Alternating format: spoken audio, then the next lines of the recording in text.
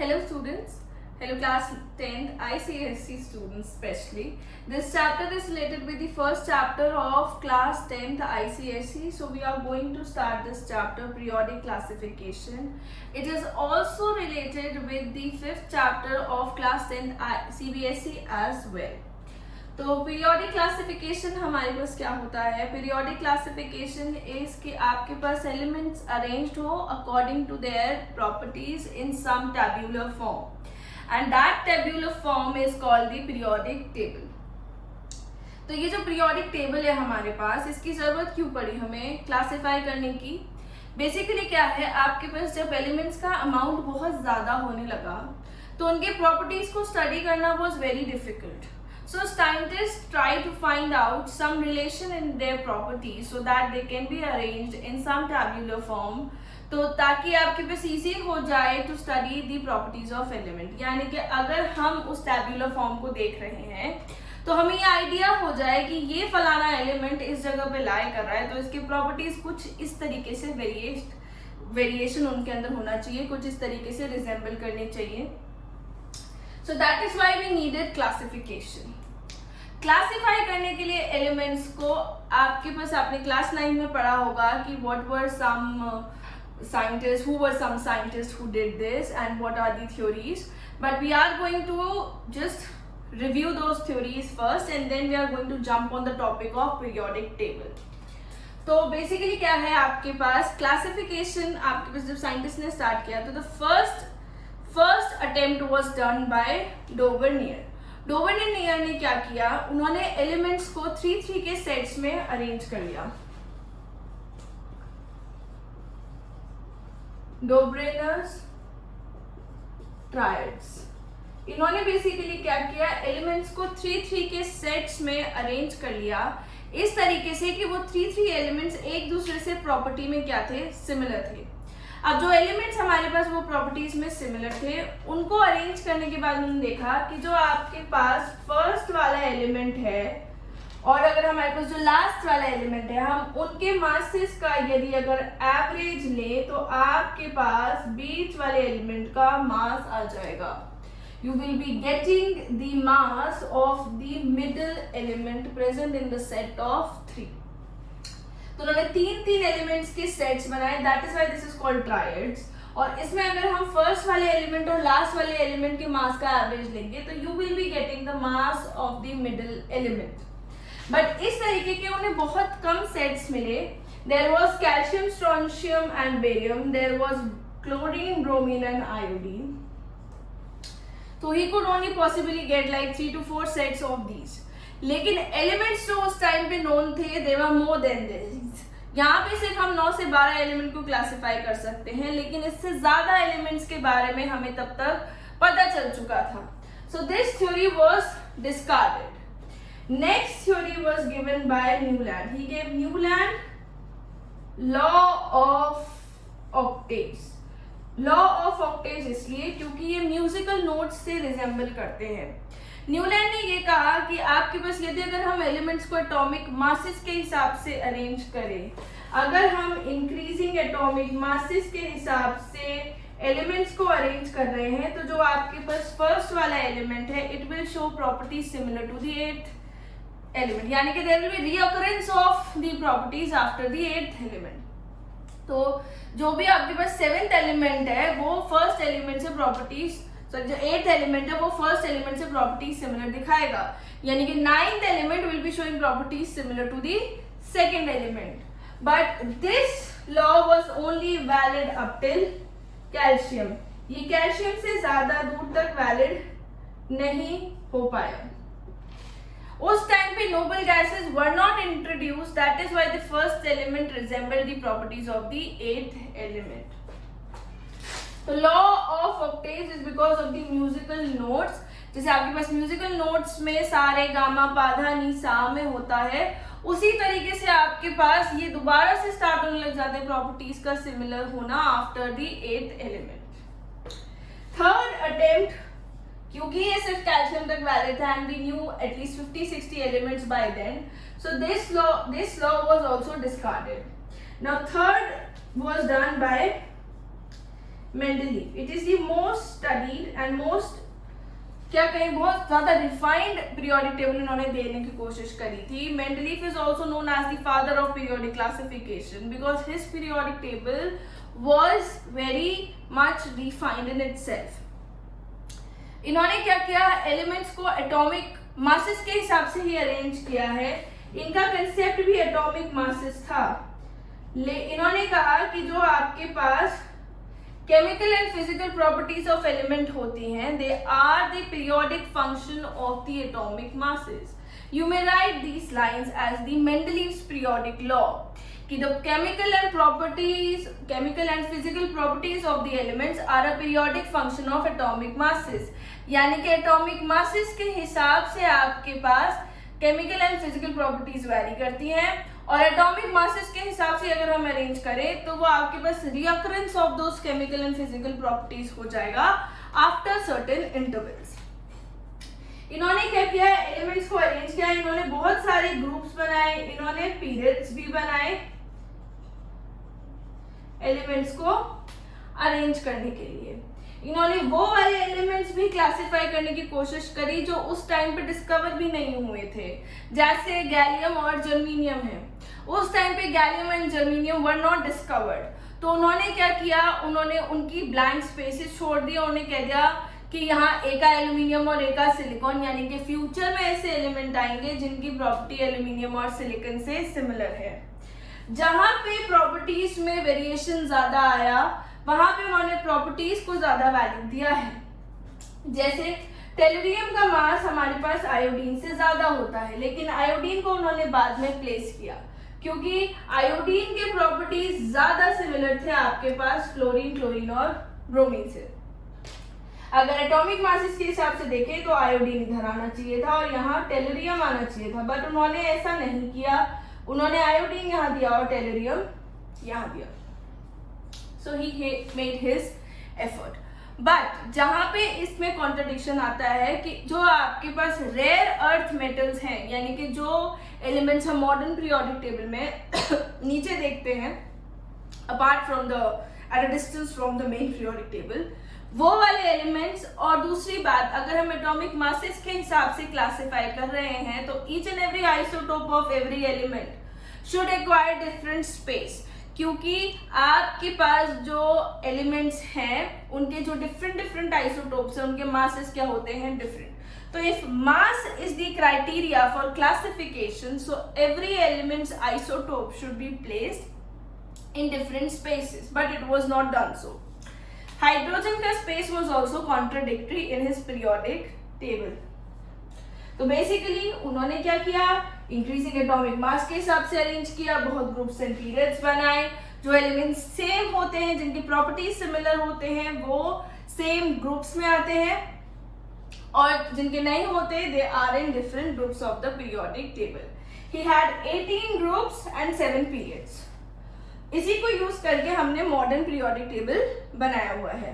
तो जो modern periodic table है, जो नेक्स्ट हम मोस्टली पढ़ते भी हैं, जिसे फॉलो करते हैं, और जो नेक्स्ट हमारे पास है जिसमें हम पीरियोडिक प्रॉपर्टीज पढ़ेंगे, that was suggested by Henry Moseley. Modern periodic table और long form of periodic table, this was contributed by Henry Moseley. इन्होंने ये कहा कि अगर हम एटॉमिक मास की जगह एटॉमिक नंबर्स को कंसिडर करें, एटॉमिक नंबर क्या होता है, it is the number of electrons और protons in a neutral atom. तो अगर हम एटॉमिक नंबर को कंसिडर करें तो आपके पास ज्यादा अच्छे रेगुलर इंटरवल्स आ सकते हैं in comparison to atomic masses. So what this law says कि आपके पास chemical and physical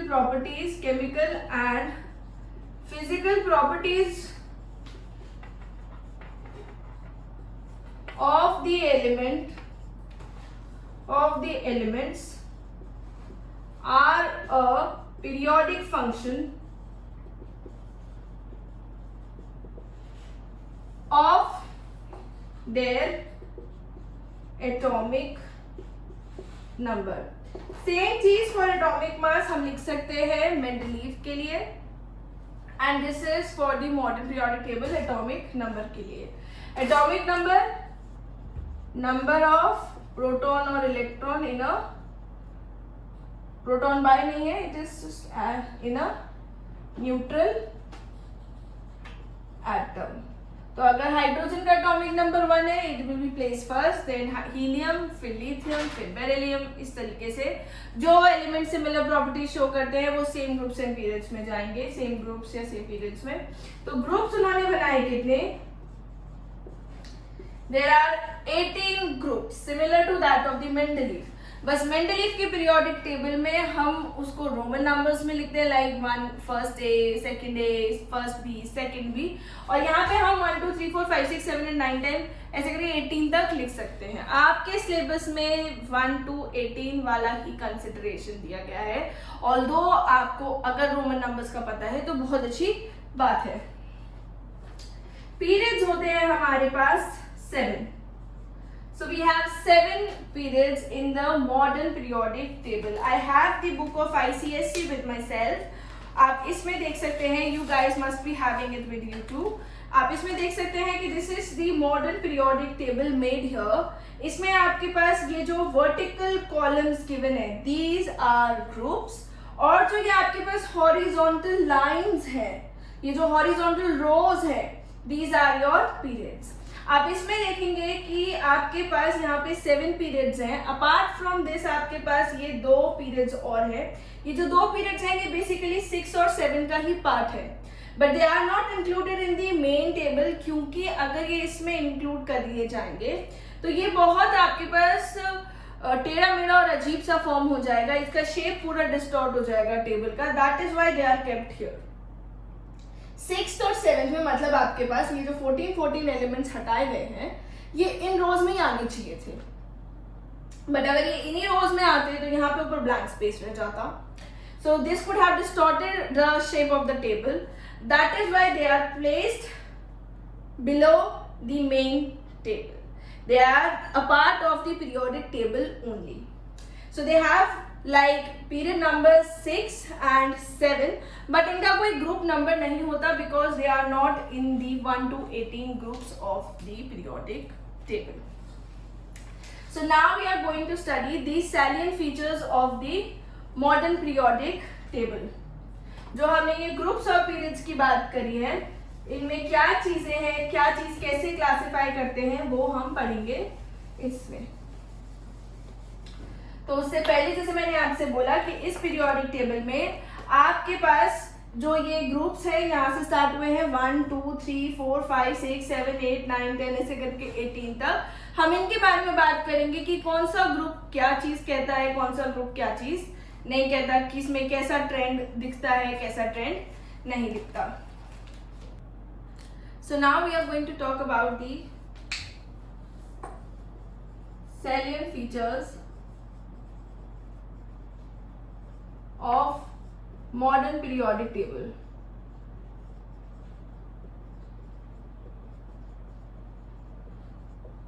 तो पहले हम बात करने वाले हैं ग्रुप्स की, कि ग्रुप्स में आपके पास क्या चीजें होती हैं, किस तरीके का ग्रुप हमने जैसे बना रखा है. ग्रुप्स हमारे पास कितने होते हैं? 18. ठीक है. इसमें जो आपके पास ग्रुप 1 होता है, group 1 as in the first vertical column of the periodic table. This is also known as alkali metals. ज्यादातर यहाँ पे आपको मेटल्स दिखाई देंगे और बहुत ज्यादा ही मेटेलिक कैरेक्टर उनके अंदर होता है. ग्रुप 2 के elements are called alkaline earth metals. इसके एग्जाम्पल है आपके पास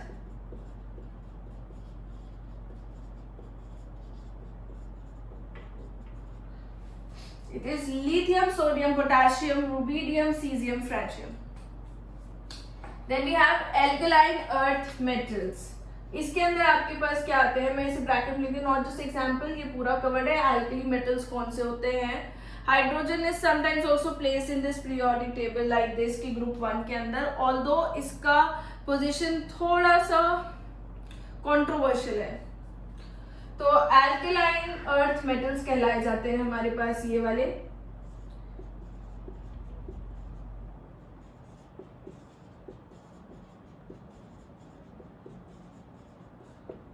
it is beryllium, magnesium, calcium, strontium, barium, radium. तो ये हमारे पास होते हैं ग्रुप 2 के elements. They are known as alkaline earth metals. Group 3 से ग्रुप 12 तक ये होते हैं आपके पास transition elements. They are basically metals, mostly metals ही होते हैं, ट्रांजिशन मेटल्स भी कह सकते हैं आप इनको। यहाँ पे आपके पास एक बहुत ज्यादा चेंज दिखता है हमको between metals and non metals, जो हम आगे अपकमिंग वाले ग्रुप्स में देखने वाले हैं। That is why these are like changing phases and these are like transition elements. इनके प्रॉपर्टीज डिफरेंट होते हैं रादर इस ग्रुप के और इस ग्रुप के एलिमेंट्स से और जो आने वाले ग्रुप्स हैं। जो आपके पास ग्रुप 13 होता है उसे हम कहते हैं boron family, because it starts with boron. ठीक है। जो आपके पास ग्रुप 14 है that is known as carbon family, because it again starts with carbon. Group 15 is called the nitrogen family, again because it starts with nitrogen. They can also be known as nicogens. इन्हें pnictogens भी कह सकते हैं। Group 16, they belong to the oxygen family. They are known as chalcogens. Chalcogens इसलिए इन्हें कहते हैं क्योंकि आपके पास ऑक्साइड्स वगैरह बनाते हैं chalcogens. They are chalcogens. Then we have group 17. They are called halogens or are the fluorine family. They are halogens, commonly हम इन्हें इसीलिए बोलते हैं because they are salt forming compounds. So salt forming compounds, group 17, they are known as halogens. Then we have group 18. These are noble gases. ये noble gases इसलिए होती हैं because they have octet is complete. इनका outer most shell का octet जो होता है वो complete होता है. They are noble gases, so they are unreactive. There is xenon which reacts, but they are mostly unreactive gases. ठीक है। तो इसमें आपके पास आ सकते हैं boron, like you have aluminium, you have gallium, you have indium, you have thallium. This is from the boron family. Carbon में आपके पास आएगा कार्बन, मैं लिख देती हूँ थोड़ा सा.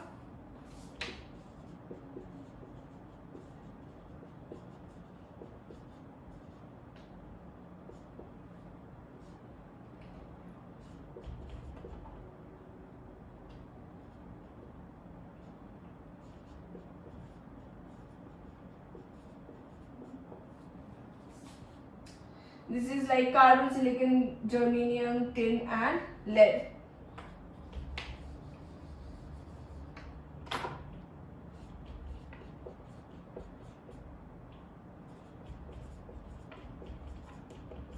This is nitrogen, phosphorus, arsenic, antimony and bismuth.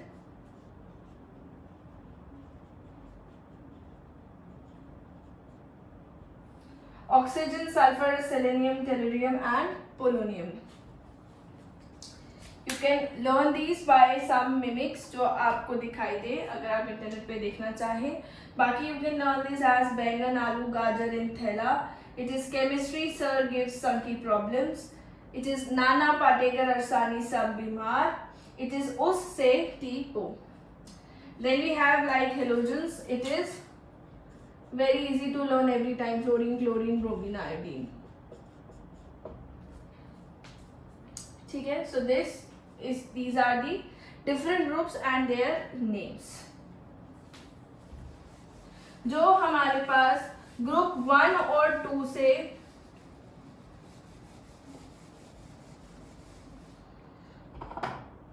जो ग्रुप 1 होते हैं उनका आपके पास outer most electrons in outer most shell. Group 1 में हमारे पास आउटर मोस्ट शेल में 1 इलेक्ट्रॉन होता है। ग्रुप 2 में हमारे पास 2 इलेक्ट्रॉन्स होंगे। ग्रुप 3 से लेकर के 12 तक आपके सिलेबस में नहीं है, because in your syllabus it is mention कि पीरियड 3 तक आपका वेरिएशन चलेगा, जो आपके क्वेश्चंस आएंगे। तो ग्रुप 3 से लेकर 12 we will be discussing only briefly. तो ग्रुप 13 में आपके पास आउटर मोस्ट शेल में इलेक्ट्रॉन्स जो होते हैं दैट इज 3। ग्रुप 14 में यू हैव 4। ग्रुप 15 में यू हैव 5। ग्रुप 16 में यू हैव 6। ग्रुप 17 में 7 और ग्रुप 18 में एज हमने अभी डिस्कस किया कि इसमें आपके पास ऑक्टेट पूरा कंप्लीट होगा। जो एलिमेंट के प्रॉपर्टीज होते हैं basically they are just a function कि उसके आउटर मोस्ट शेल में कितने इलेक्ट्रॉन्स हैं। Chemical properties are basically defined by these things only, क्योंकि अगर किसी एलिमेंट के आउटर मोस्ट शेल में अगर एक इलेक्ट्रॉन है तो it will lose that 1 electron and उसके बाद में वो 1 पॉजिटिव चार्ज वाला कटायन बनाएगा। अगर किसी के पास एक इलेक्ट्रॉन लेने का टेंडेंसी है तो it will form 1 negative ion. So the elements which have like 1 electron in their outer most shell वो 1 पॉजिटिव कटायंस बनाएंगे। जिनके में एक की कमी है वो 1 नेगेटिव वाले एनायंस बनाएंगे। That is why outer most shell पे हमारे पास प्रॉपर्टीज बहुत ज्यादा डिपेंड करती हैं। तो इसीलिए it is very important you know कि कौन से ग्रुप में कौन सा वाला इलेक्ट्रॉन, कितने नंबर ऑफ इलेक्ट्रॉन्स आपके पास आउटर मोस्ट शेल में प्रेजेंट होंगे। So this is about the groups. Next we are going to talk about the periods in the periodic table.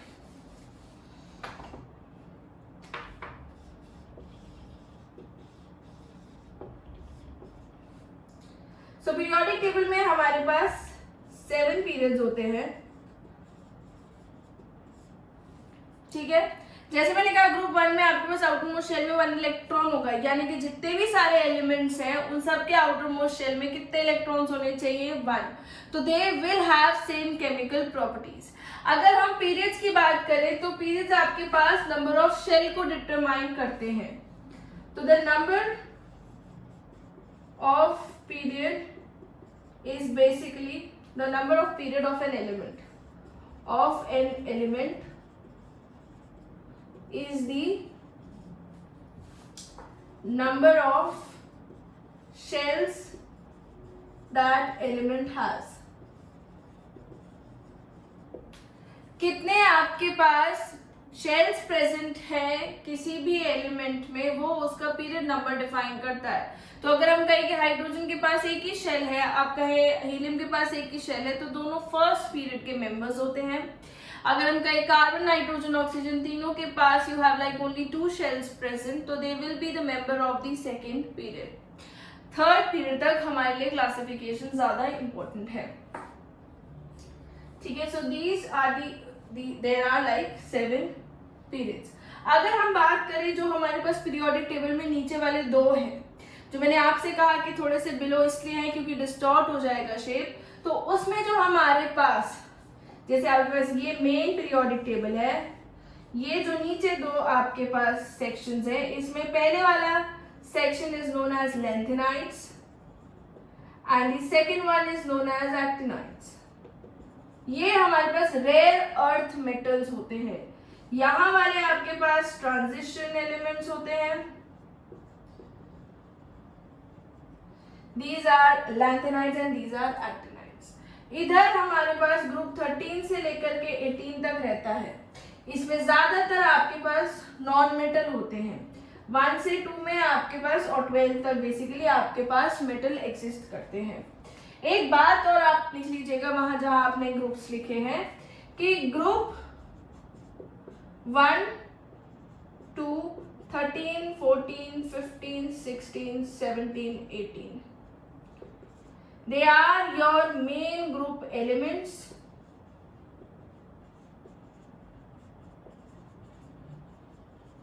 या फिर इन्हें representative elements,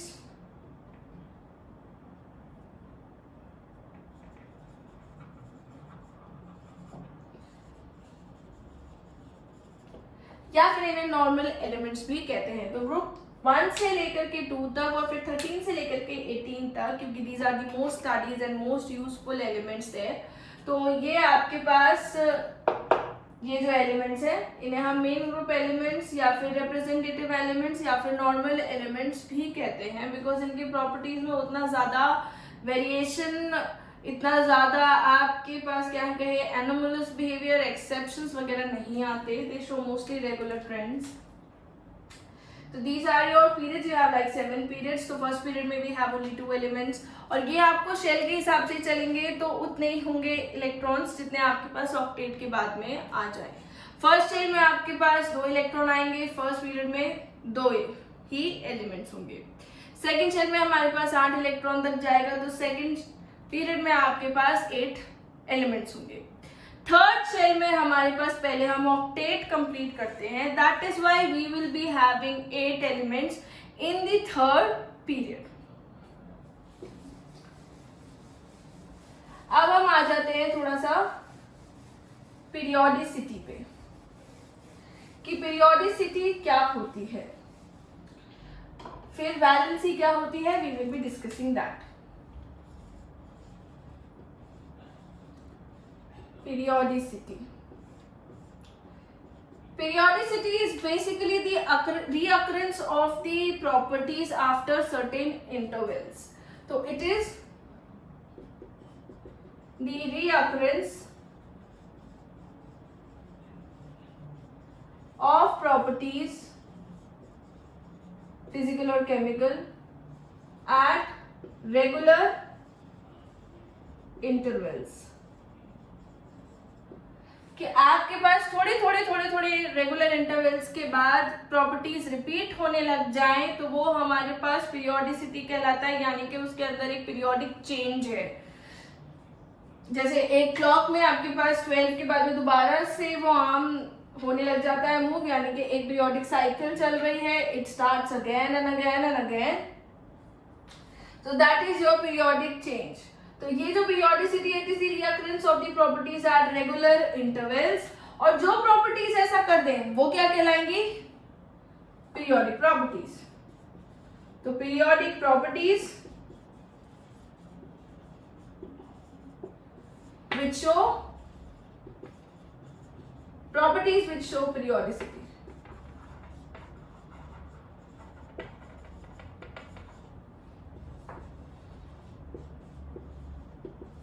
तो ऐसी कौन कौन सी प्रॉपर्टीज है जो हम इस चैप्टर के अंदर पढ़ने वाले हैं, जिनके ट्रेंड्स हम पढ़ने वाले हैं कि किस तरह मूव करेंगे पीरियोडिक टेबल में बढ़ेगी, किस तरह मूव करेंगे तो पीरियोडिक टेबल में बढ़ेगी। तो वो हमारे पास बहुत सारी प्रॉपर्टीज है।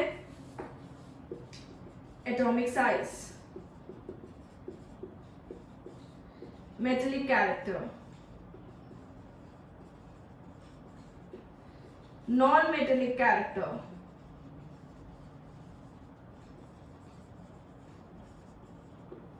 आयनाइजेशन एंथैल्पी, यहाँ पे एनर्जी लिख लीजिए।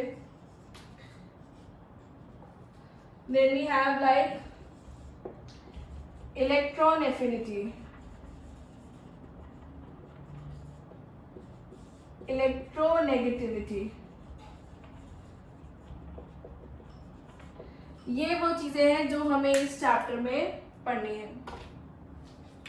Atomic size, metallic character, non metallic character, ionization enthalpy, electron affinity and electronegativity. Like ये पीरियोडिसिटी हमारे पास एलिमेंट्स में प्रेजेंट होता है। क्यों होता है ये present, what is the cause of this periodicity,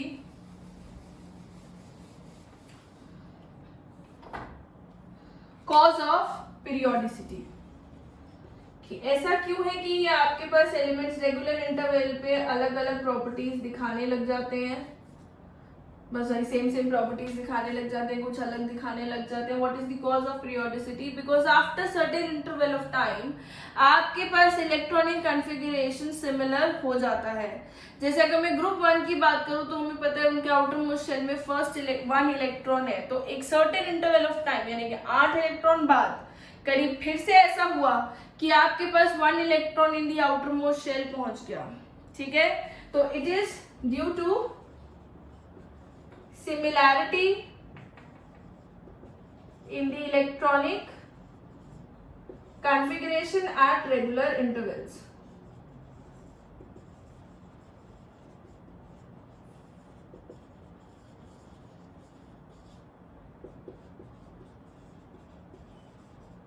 तो थोड़े टाइम बाद आपके पास इलेक्ट्रॉनिक कॉन्फ़िगरेशन ऑलमोस्ट सिमिलर बैठ जाने वाला होता है. इसीलिए आपके पास प्रॉपर्टीज में थोड़ा रेगुलर ट्रेंड आने लग जाता है और पीरियोडिसिटी हमें देखने को मिलती है in the periodic table, which makes it easy to study the properties of the elements well. तो अब हम पढ़ने वाले हैं कि जैसे मैंने कहा आउटर मोस्ट शेल के इलेक्ट्रॉन्स की बात कर दी कि उसकी वजह से आपके पास सिमिलर कॉन्फ़िगरेशन हो जाता है, तो आपके पास पीरियोडिसिटी क्रिएट होती है. So let's just talk about valency. It is the combining capacity of an element. Combining capacity मतलब स्टेबल होने के लिए वो एलिमेंट कितने इलेक्ट्रॉन लूज या गेन कर सकता है. That is the number of electron an element may gain or lose to complete its octet. Octet बन जाएगा तो वो स्टेबल हो जाएगा. तो it is the number of elements an element. It is the number of electron an element may lose or gain to become stable. It is always positive. ये आपके पास हमेशा पॉजिटिव होती है. अगर लूज कर दिए इलेक्ट्रॉन तो हमारे पास एनायन बन जाता है, जो अगर लूज कर दिए इलेक्ट्रॉन तो हमारे पास कटायन बन जाता है विच इज पॉजिटिवली चार्ज, और अगर गेन कर लिए इलेक्ट्रॉन तो हमारे पास एनायन बन जाता है which is negatively charge. But valency हमारे पास हमेशा पॉजिटिव होती है. तो अगर हमको वैलेंसी निकालनी है तो वैलेंसी हम कैसे निकालेंगे? जैसे हमने ग्रुप्स में डिस्कस कर लिया कि ग्रुप्स में आपके पास कितने कितने इलेक्ट्रॉन्स हैं, तो कैसे निकाला जाएगा आपके पास वैलेंसी निकालने के लिए? It is number of electron in outer most shell if the number of electron in outermost shell